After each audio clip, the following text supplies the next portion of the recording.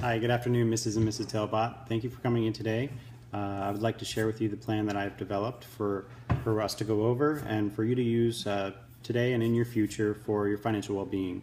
I've taken everything that you've told me. I've analyzed all the data that you've shared with me, and I've discovered a few areas that we need to look into. What I would like to do here is discuss first some of the questions and some of the solutions that you were looking for. I know I gave you a paper form with most of the information on it, but I want to discuss some of the more detailed things that you may need some explanation for. So thank you for coming in, and yes, let's get started. So the first thing that you've actually told me is that you want your two boys to go to college and you want to fund their expenses for the cost of schooling. At $22,000 a year for each child, I've determined that we're going to need to set aside today $153,039. Now I know you have educational CD for around $22,000 that we'll be using as well, and you want all of this gathered money to be put into T-bills, which is a fine idea.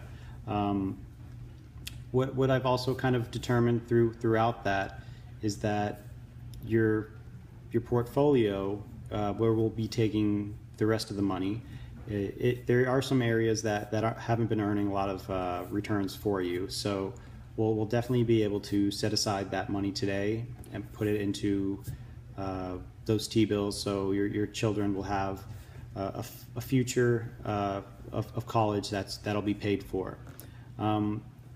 I know that Emma is very young now, but that is the perfect time to start to put away money for her as well. So we'll discuss some options for Emma as well.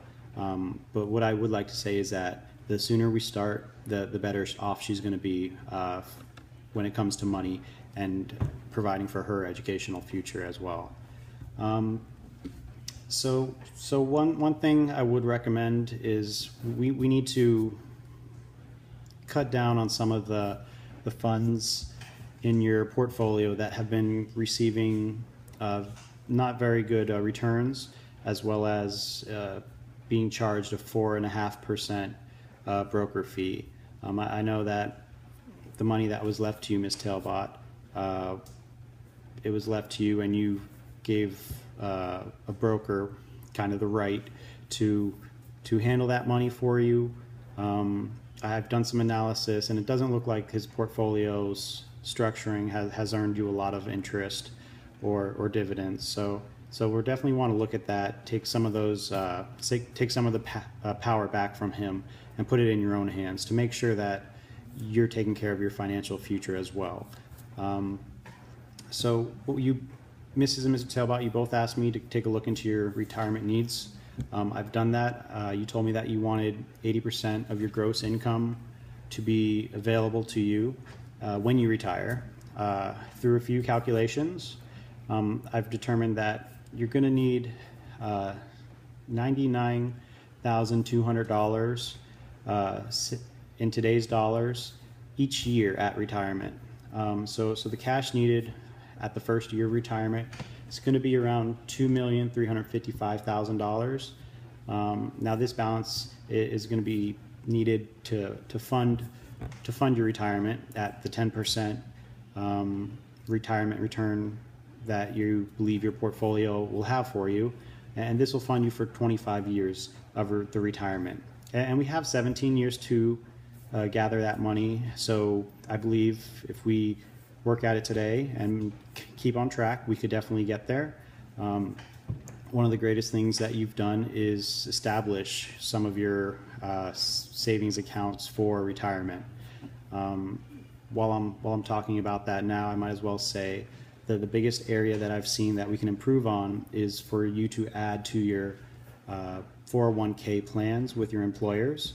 You both have the opportunity to get 50 cents for every dollar that you put into your 401k, and your employer is going to match it 50 cents. So I've determined that, Mark, 3% of your $100,000 income would be $3,000.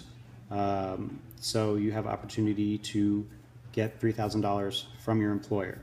You just need to deposit within a year $6,000. So it's a great opportunity to earn extra money and for little risk. The money that you put in your 401k retirement, you're not going to be taxed on right now.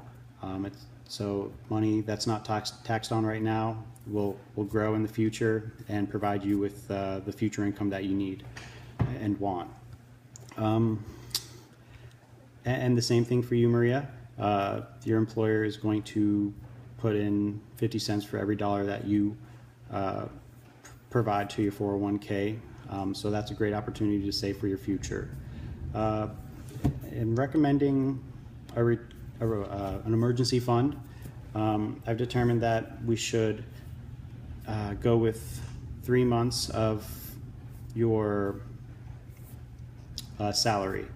I feel this is good because it'll kind of cover for the large differences in income.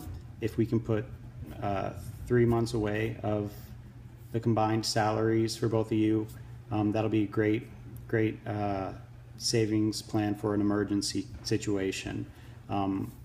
Mark, if you were to lose your job, having that 3 months of gross income between the both of you would let you go 3 months, pay your bills, and be able to establish a new employment. So you have $15,000 in a checking and a savings account now. We're halfway there. I would like to see $31,000 in a savings account for an emergency. I believe any more would be money that's not necessarily working the best it can for you, and any less would strongly affect an emergency case if one was to ever come up. So having said that, Maria, you had a few questions about your portfolio, and you wanted to know the arithmetic mean and the geometric mean. Over the past 5 years, your portfolio has had a negative mean of 3.016% and a geometrical mean of negative 3.427. Now the geometrical mean is more compounded than the average mean. So over a 5-year average, that's not that good. So I hope you look over the detailed plan that I sent you and discover some of the areas where we can invest in, and there's been higher returns throughout the past 5 years. So I hope you'll definitely look into that. I believe it's going to be quite prudent for you too. Mark, you wanted me to explain a little bit about your disability insurance. You have a 180-day elimination period, which means that if something were to happen to you, you would actually have to wait 180 days. This doesn't go well with your 3 months of emergency funds.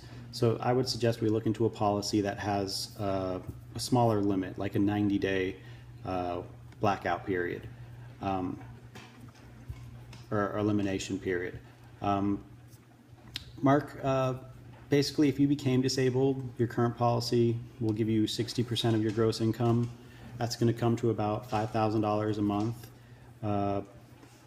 I know you wanted to know how much payments you would receive for 2 months, or I mean for till the end of this year if you became disabled on May 30th. That is, you would receive 2 payments for this year, and then moving forward, of course, next January you would receive payments as well. I did some analysis on your life insurance policy as of now.